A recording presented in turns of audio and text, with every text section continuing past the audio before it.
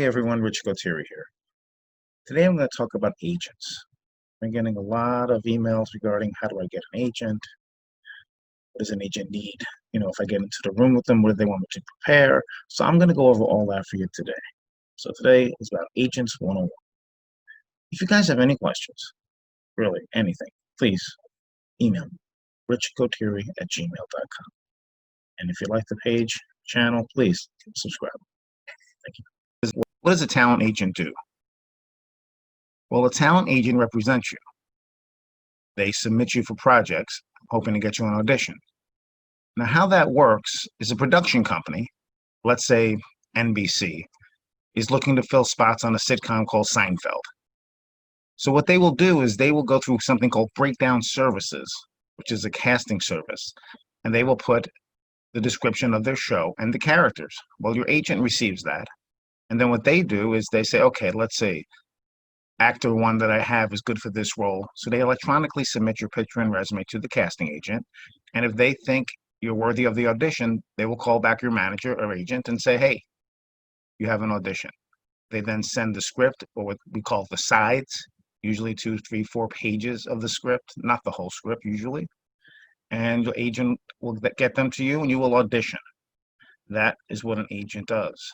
An agent also, if you book the job, will negotiate your contract for you.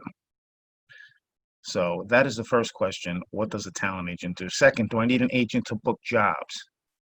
It's a yes and a no. You can go on sites like Actors Access, Now Casting. There's a whole bunch of them, and you can submit yourself.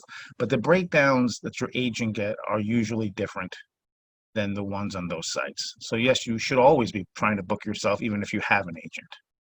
So what is the difference between an agent and a manager? That's a question I get all the time. And basically what that means is a manager guides your career. A manager helps you get an agent.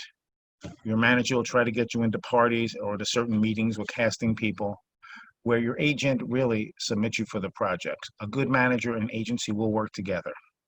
So that is quite the difference. One is guiding your career, one is submitting you and negotiating your contracts. Next question. What signs of a bad talent agent? What are the signs of a bad talent agent? Well, I think the answer to that is it doesn't make them bad or they're good, but you need to get auditions. If they're not getting you auditions, if they don't have the power to get you auditions, if they don't have the talent to get you auditions, that would probably say that's not a great agent. But also a bad agent will take money from people. A bad agent will try to scam people out of money for pictures or resumes or anything like that. Here's the deal, guys. The agent, once you sign with an agency, works for you. Actors are always freaked out that the agent is going to let them go, or the agent works for you. Never pay an agency anything up front, anything. How they get paid is when you book a job, they get 10%. That's how they get paid. So if any agency is asking you for any money up front for anything, the answer is no, and that probably would make them a bad talent agent. Here's a question. How should I submit to a talent agent? Well, what you want to do is you want to go to the SAG-AFTRA, that's Screen Actors Guild, an American Federation of Television and Radio Artists, SAG-AFTRA website, and there's a list in every state where they have agents. So what you want to do is you want to go to those websites and then you want to submit your picture and resume. The instructions are usually on all the websites. You don't have to worry about it too much. A big mistake beginning actors do is they try to send to really big agencies like William Morris or CAA. Guys, it's a waste of time. They're not going to take you unless you really know somebody, and then it's still a big, big favor. Submit to the smaller agencies at first, okay? They can help you the most at this point of your career. So just submit your picture and resume. If you have a demo reel, that should be helpful too if they ask for that.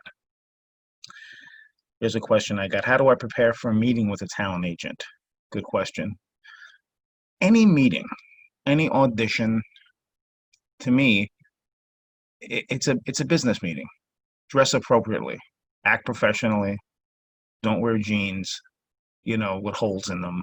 Try and dress appropriately for a business meeting and act professionally. That is the best way. Have a monologue at least 1 or 2 1-minute monologues prepared. If they ask you something, they might ask you to cold read.